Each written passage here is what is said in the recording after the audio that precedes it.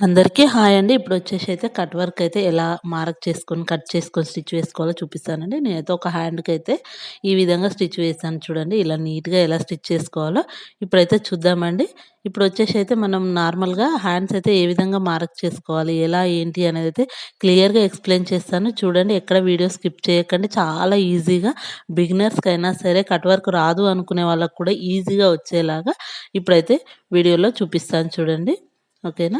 ఇప్పుడొచ్చేసి lining cloth, main cloth, మనకు paper స్ట్రిప్పు ఇలాంటిది ఒక కార్డ్‌బోర్డ్ లాంటిది తీసుకొని, ఇలాంటి రౌండ్ మూత ఒకటి తీసుకోండి. ఇలా రౌండ్ మూత ఒకటి తీసుకొని, దాని రౌండ్ మూత ఎలా అయితే ఉందో ఆ విధంగా మారకైతే చేసేసుకోండి. ఓకేనా? ఈ విధంగా మారక్ చేసుకొని, అదైతే ఎలా అయితే రౌండ్‌గా మనం మారక్ చేసుకున్నామో, ఆ మారకింగ్ పైనే కట్ చేసుకుంటూ వెళ్ళిపోవాలండి. చూడండి ఇలా నీట్‌గా కట్ చేసేసుకోవాలి. చాలా నీట్‌గా కట్ చేసేసుకోండి. ఈ విధంగా రౌండ్‌గా వచ్చేస్తుంది గదా! ఇప్పుడొచ్చేసి నేను ఆల్రెడీ ఒకటైతే కట్ చేసుకున్నాను చూడండి. మీకు చూపిస్తున్నాను. మిడిల్‌లోకి ఫోల్డ్ చేసేసుకోండి ఈ విధంగా. మనం ఆ రౌండ్ సర్కిల్ ఏదైతే ఉందో మిడిల్‌లోకి ఫోల్డ్ చేసేసుకొని కట్ చేసేసుకోండి. ఓకేనా? సగానికి వచ్చేస్తుంది. అప్పుడు మనకన్నీ ఈజీగా కట్ వర్క్ అనేది వచ్చేస్తుంది. ఇదే సైజ్ అని కాదండి. ఇంకా చిన్న సైజ్ కూడా కట్ చేసుకోవచ్చు. నేనైతే ఈ విధంగా సైజ్ అయితే తీసుకున్నాను. ఇప్పుడొచ్చేసి మనం ఏదైతే లైనింగ్ క్లాత్ ఉందో తీసుకొని పేపర్ స్ట్రిప్ తీసుకోండి. పేపర్ స్ట్రిప్ తీసుకొని ఒకవేళ ఐరన్ బాక్స్ ఉంటే ఐరన్ అయితే చేసేయండి. ఒకవేళ ఐరన్ బాక్స్ లేకుంటే ఇప్పుడు నేను చూపించే విధంగా దాని పైనుంచి అయితే నీట్‌గా స్టిచ్ వేసుకోండి. మనం పాదం అంచు ఖర్చుతోటి స్టిచ్ అయితే వేసుకోవాలండి. మనం కట్ వర్క్ డిజైను సెట్ చేసుకోవాలి కదా! దాని లోపలనే ఆ విధంగా నీట్‌గా మనం పాదం అంచు ఖర్చుతోటైతే ఈ విధంగా పేపర్ స్ట్రిప్‌ను లైనింగ్ క్లాత్ పైన పెట్టి ఈ విధంగా స్టిచ్ వేసుకుంటూ వెళ్ళిపోండి స్ట్రెయిట్‌గా. ఇప్పుడొచ్చేసి మనం దీనికైతే లైనింగ్ క్లాత్ ఏమి అటాచ్ చేయట్లేదు. ఓన్లీ హ్యాండ్ లైనింగ్ క్లాతే యూజ్ చేస్తున్నాం కదా! ఇలా సైడ్‌కి కూడా ఒక కుట్టు వేసుకుంటే మనకు పేపర్ స్ట్రిప్ అనేది కదలకుండా ఉంటుందండి. మనం వాష్ చేసుకున్నప్పుడు కూడా పేపర్ స్ట్రిప్ అనేది ముద్దలా కాకుండా నీట్‌గా ఉంటుంది. ఇలా ఎక్స్‌ట్రా ఏమైనా ఉంటే కట్ చేసేసుకోండి. ఇప్పుడొచ్చేసి మనకైతే చూడండి ఇది మెయిన్ క్లాత్ ఉంటుంది కదా! ఈ విధంగా మెయిన్ క్లాత్ పైన పెట్టేసుకోండి.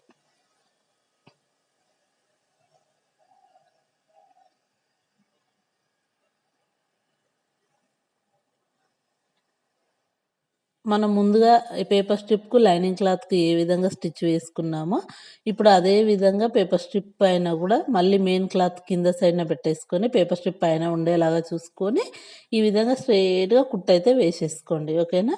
ఇప్పుడు ఇలా కుట్టు వేసుకున్నాక కింద ఏమైనా ఎక్స్‌ట్రా క్లాత్ ఉంటే మెయిన్ క్లాత్ అయితే కట్ చేసేసుకోండి. కట్ చేసుకున్న తర్వాత మీకు కనిపియట్లేదు. కుట్టు అనేది సేమ్ అయిపోయిందండి కలర్ అయితే. అందుకే మీకు మార్కింగ్ చేస్తున్నా చూడండి.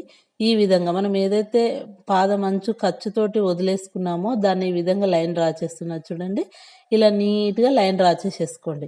ఇప్పుడు మనకు ఆల్రెడీ కట్ వర్క్ కోసం రౌండ్ సర్కిల్ కట్ చేసుకున్నాం కదా! ఈ విధంగా హ్యాండ్ అయితే మిడిల్‌లోకి ఫోల్డ్ చేసుకొని ఒక కచ్చకైతే పెట్టేసుకోండి. ఎందుకంటే మనం అక్కడి నుంచి స్టార్ట్ చేసుకోవాలి హ్యాండ్‌కు డిజైన్‌కు ఈజీగా.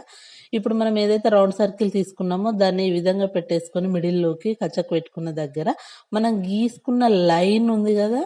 ఆ లైన్‌కు అటాచ్ చేసుకుంటూ గీసుకోవాలండి. అట్లా అని జెప్పేసి లైన్ బయటకైతే వెళ్ళకూడదు. ఎందుకంటే అది ఖర్చు కోసం పెట్టుకున్నాం కదా! ఈ విధంగా నీట్‌గా మనకు ఎన్ని కట్ వర్క్స్ వస్తే అన్ని నీట్‌గా డ్రా చేసుకుంటూ వెళ్ళిపోవాలండి. మనకు చిన్న సైజు, కొంచెం పెద్ద సైజు, మీడియము మనకి ఏ విధంగా కావాలి అనుకుంటే ఇదే ప్రాసెస్‌లో కట్ చేసుకొని స్టిచ్ చేసుకోవాలండి మార్కింగ్ చేసుకొని. చూడండి ఇలా నీట్‌గా. ఇప్పుడొచ్చేసి హాఫ్ సర్కిల్ ఇచ్చేసుకుంటే సరిపోతుందండి.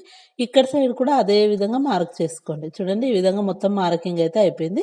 ఇప్పుడు మనం ఏ విధంగా అయితే మార్కింగ్ చేసుకున్నామో అదే విధంగా స్టిచ్ వేసుకోవాలండి. చూడండి ఇక్కడ కొంచెం ప్రాబ్లమ్ అయితదండి. ఎందుకంటే రౌండ్ సర్కిల్ కొంచెం ఒక 2, 3 సార్లు అయితే ట్రై చేయండి. నార్మల్ వేస్టేజ్ క్లాత్‌లు ఉంటాయి కదా! దానిపైన ఇలా రౌండ్ రౌండ్ సర్కిల్ ట్రై చేశామనుకోండి ఈజీగా మనకు ఆహ్, ష రౌండ్ అనేది తిరగడం అలవాటయిపోతుంది గదా! ఆ విధంగా.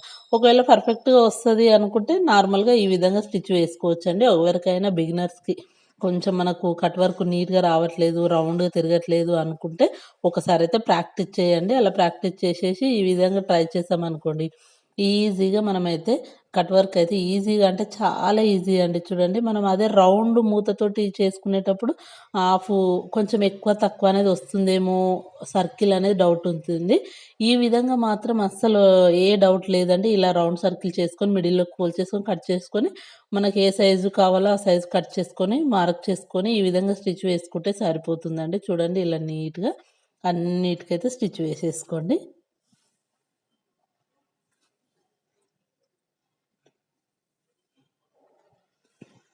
చూడండి ఇలా అయిపోయిన తర్వాత ఇక్కడ కింద ఏదైతే మనకు కర్వ్స్ ఉన్నాయో అక్కడ నీట్‌గా ఈ విధంగా మనం కుట్టుకున్న రౌండ్ సర్కిల్ కుట్టు అయితే కట్ కావద్దండి. ఈ విధంగా నీట్‌గా కట్ చేసేసుకోండి స్లోగా.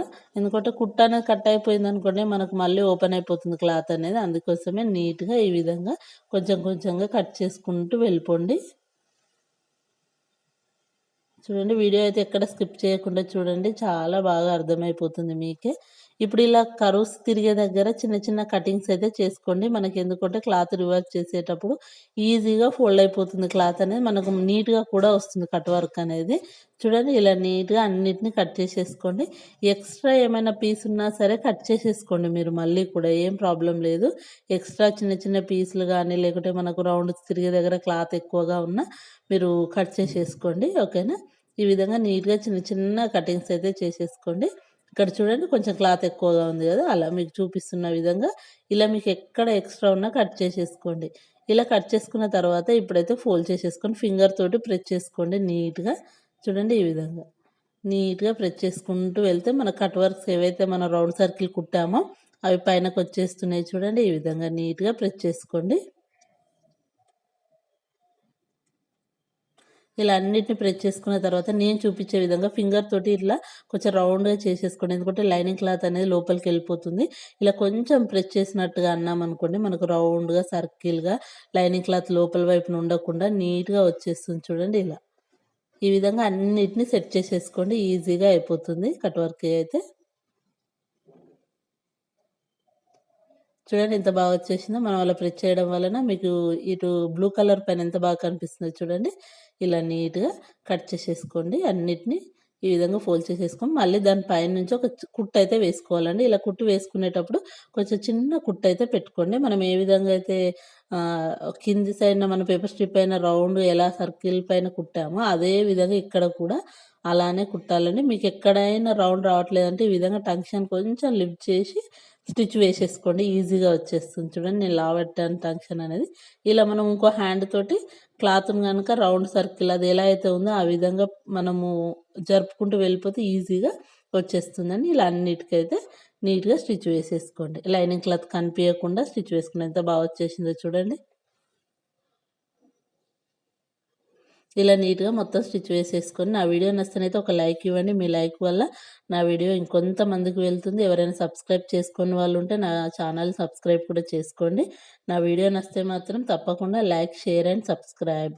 Thank you. Thank you for watching.